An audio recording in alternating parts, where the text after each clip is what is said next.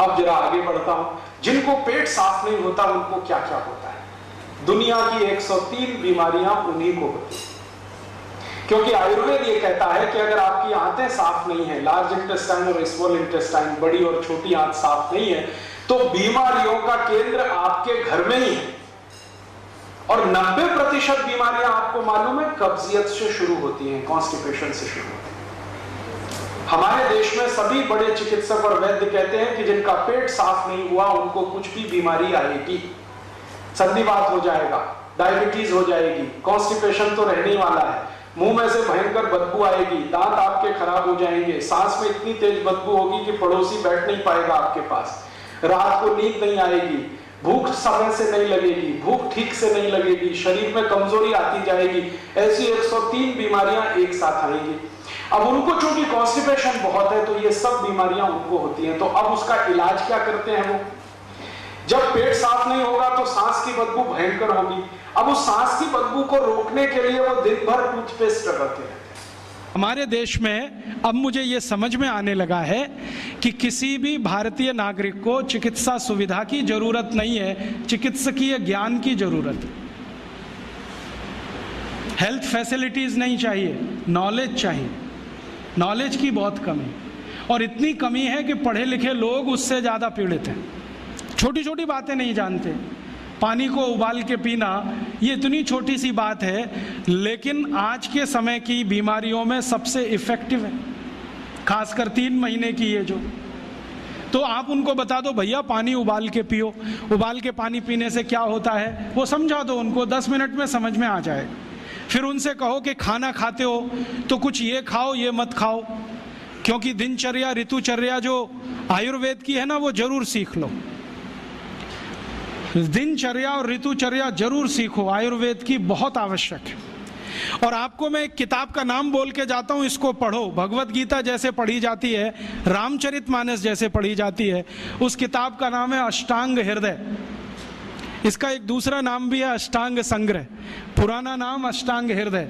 ये किताब का जो स्वस्थ व्रत है ना, वो ऐसे पढ़ो जैसे आप धार्मिक पुस्तक पढ़ते हो, और उसको बार बार पढ़ो तो याद हो जाएगा, कंठस्थ हो जाएगा। उसमें 2000 सूत्र हैं। ये सूत्र लोगों को बताना शुरू कर दो। छोटे छोटे सूत्र हैं, जैसे खाना खाने के बाद पानी मत पियो, स्वस्थ रहना है जिंदगी भर तो खाने के 1 घंटे के बाद पानी पियो। क्यों नहीं पिए वो आप सब जानते हो, सरल भाषा में उनको समझा दो। फिर उनको बोलो पानी पियो तो घूंट भर भर के पियो, सिप करके पियो, ताकि ज़्यादा लार शरीर में जाए, वात पित्त कफ तीनों संतुलित रहे। ठंडा पानी कभी मत पियो। मैंने दुनिया में ठंडे पानी पीने वालों को बहुत देखा है। यूरोप और अमेरिका के लोग चिल्ड वाटर पीते हैं, बर्फ़ का पानी फ्रिज में रख के पीते हैं। परिणाम जानते हैं क्या होता है? सवेरे जब टॉयलेट रूम में जाते हैं तो 1-1 घंटे बाहर ही नहीं आते। उनको पूछो भाई तुम क्या कर रहे थे 1 घंटे वहाँ? तो कहते हैं न्यूज़पेपर पढ़ रहे थे, मैगजीन पढ़ रहे थे। क्यों पढ़ रहे थे? स्टूल पास नहीं होता। क्यों नहीं होता?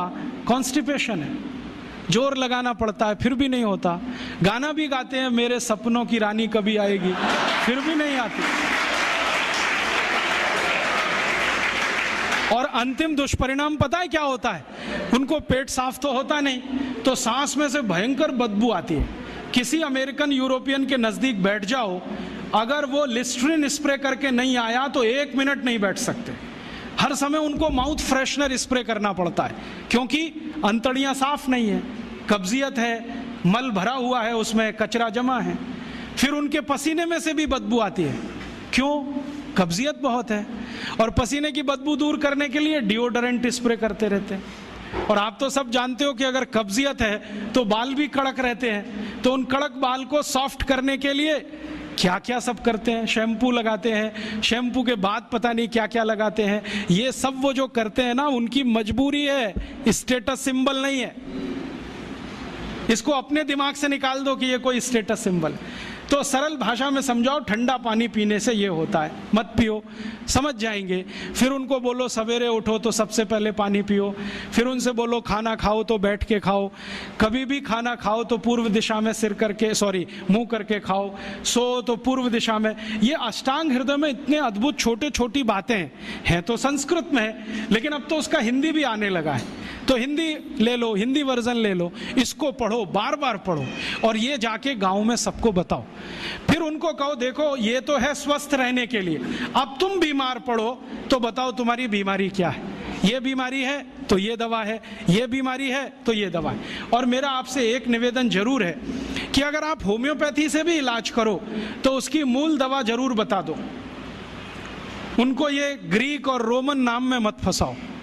आप कहोगे जी मैं तो ऑसिमम दे रहा हूँ, ये उनको कहो ये तो तुलसी का रस है भैया, तुम्हारे घर में फूलों से बनी हुई है, आसानी से मिलती है, जयपुर में मिलती है, दिल्ली में मिलती है। भंडारी वालों को अक्सर ऑर्डर दे के रखो, हमको इतनी भेजो, उनको जो पता चल गया कि आप प्रचार के लिए कर रहे हो तो मुफ्त में भी दे देंगे आपको।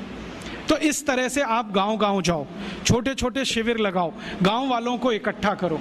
गांव वाले बहुत दुखी हैं, शहर वाले भी दुखी हैं, वैसे तो वो दुखी हैं, इसका यही सबूत है कि रामदेव जी आए जयपुर में सवेरे 4 बजे तो सब लोग पहुंच जाते हैं वहाँ, पैसा भी देते हैं, समय भी देते हैं। और 4 बजे रामदेव जी कहें टांग ऊपर उठा लो तो उठा लेते हैं, कहें सिर नीचे कर दो तो कर लेते हैं, ऐसे कर लो तो कर लेते हैं। क्यों? परेशान है, दुखी है, शरीर उनका साथ नहीं दे रहा है। और इतने दुखी हैं कि रामदेव जी तो क्या, कोई टिम्बकटू आ जाए उसी के सामने वो आ जाएंगे, और वो दुनिया भर में घूम के आते हैं अपनी अपनी छोटी छोटी बीमारियां लेके। तो इन जो दुखी लोगों का थोड़ा थोड़ा आप मदद कर दो इलाज के रूप में, ये सब आपके भगत हो जाएंगे। और ये भगत हो जाएंगे तो कहो आप भी प्रचार करो इसका, वो भी करें, आप भी करो, तो ये इतना तेजी से मल्टीप्लाई करेगा कि 2-5 साल में एलोपैथी का बाजा बज जाएगा। और बजा देना है अपने को, हाँ, ये संकल्प लेके चलो कि इनका बाजा हमको बजाना है। मैं बहुत जल्दी एक टीवी चैनल शुरू करने जा रहा हूँ एलोपैथी का बाजा बजाने के लिए। इनकी सब पोल खोलनी है मुझे, हाँ, इनकी इतनी पोल हैं मेरे पास, कम से कम 1,500 से ज़्यादा डॉक्यूमेंट्स हैं जो एलोपैथी के गंदेपन को सिद्ध करने वाले, इनकी निकृष्टता को सिद्ध करने वाले, ये कितने अनसाइंटिफिक हैं वो बताने वाले हैं, कितने डॉगमेटिक हैं वो बताने वाले हैं। मेरे पास ऐसे बहुत इंटरव्यूज हैं बड़े बड़े डॉक्टरों के, वो कहते हैं कि हम कोई डायग्नोसिस नहीं करते, तीर मारते, लग गया तो ठीक, नहीं तो तुक्का। और वो कहते हैं हम तो एक ही सिद्धांत पे काम करते हैं, ट्रायल एंड एरर, देते जाओ गलतियां करते जाओ, देते जाओ गलती, भले मर जाए पेशेंट उसमें। हमारे पास तो कम से कम ये नहीं है ट्रायल एंड एरर वाला। हम तो जानते हैं कि तुलसी है तो उसके ये गुण हैं तो ये रिजल्ट आना ही चाहिए, मेथी है तो उसके ये गुण हैं तो ये रिजल्ट आना ही चाहिए। हमको सब मालूम है, फिक्स है, यहाँ वेरिएशन नहीं है। मेथी के जो रिजल्ट चरक ऋषि को मिले वो आज भी मिलते हैं, इसमें इतना सातत्य है, वेरिएशन कहीं भी नहीं है। तो जो विज्ञान में सातत्य होता है, सत्य ज्ञान वही होता है। तो हमारे पास जो सत्य ज्ञान है इसको लेकर आगे बढ़ें और इसके अपने जीवन में भी और दूसरों के जीवन में प्रयोग करने के लिए प्रेरित करें। दोस्तों, सबसे पहले तो चैनल सब्सक्राइब करें, फिर लाइक, कमेंट और शेयर करें। और हाँ, हमारा एंड्रॉयड ऐप डाउनलोड करना ना भूलें।